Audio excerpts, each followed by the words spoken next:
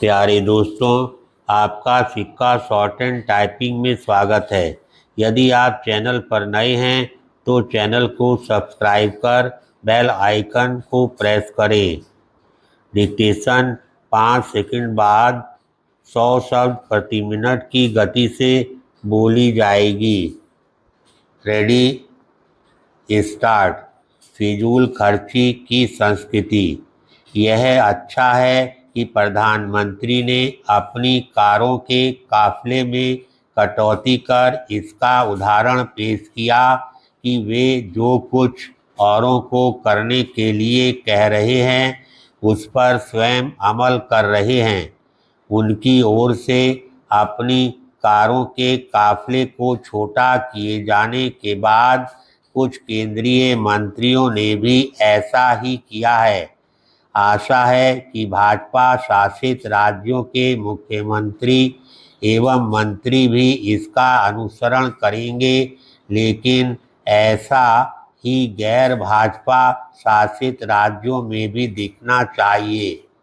इसी के साथ ही सांसदों, विधायकों, अन्य जनप्रतिनिधियों के साथ नौकरशाहों को भी ऐसा ही करना चाहिए। किफ़ायत का परिचय देना किसी सरकार या दल विशेष का विषय नहीं, यह एक राष्ट्रीय आवश्यकता है और केवल वर्तमान की ही नहीं। क्योंकि हम एक विकासशील देश हैं, इसलिए मितव्ययिता का परिचय तो सदैव ही दिया जाना चाहिए और सबसे अधिक नेताओं और नौकरशाहों की ओर से दिया जाना चाहिए, क्योंकि उनके बीच किफ़ायत की जगह फिजूल खर्ची की संस्कृति ने जड़ें जमा ली हैं। यह किसी से छिपा नहीं कि जो जितने लंबे काफिले से चलता है वह उतना ही धमक हनक वाला माना जाता है।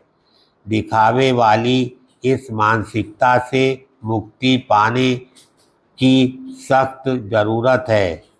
आज यदि ऊर्जा संकट के चलते मंत्रीगण 2-3 कारों के साथ चलने को उपयुक्त समझने लगे हैं तो इसके पहले वे इसकी ज़रूरत क्यों नहीं समझ रहे थे।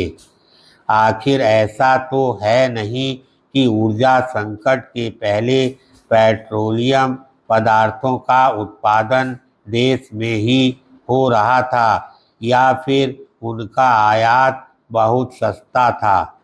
सरकारी तंत्र को तो इससे कहीं अच्छे से अवगत होना चाहिए कि विदेशी मुद्रा की सबसे अधिक खपत पेट्रोलियम पदार्थों के आयात में ही होती है।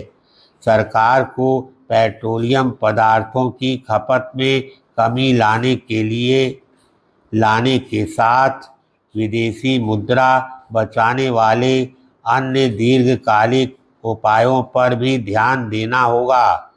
विदेशी मुद्रा की एक बड़ी खपत पर्यटन के लिए विदेश यात्राओं के चलते होती है। ऐसा इसलिए होता है क्योंकि देश में वैसे पर्यटन स्थल और पर्यटकों के अनुकूल माहौल विकसित नहीं हो पाया है, जैसा मालदीव, थाईलैंड और श्रीलंका जैसे देशों ने विकसित कर लिया है।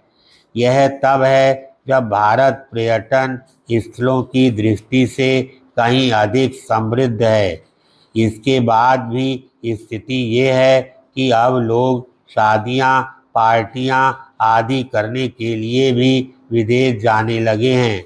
विदेशी मुद्रा की एक बड़ी खपत विदेश पढ़ने वाले, जाने वाले छात्रों के कारण भी होती है। हमारे छात्र बड़ी संख्या में विदेश पढ़ने इसलिए जाते हैं क्योंकि देश में गुणवत्तापूर्ण शिक्षा के केंद्र विकसित नहीं हो पा रहे हैं।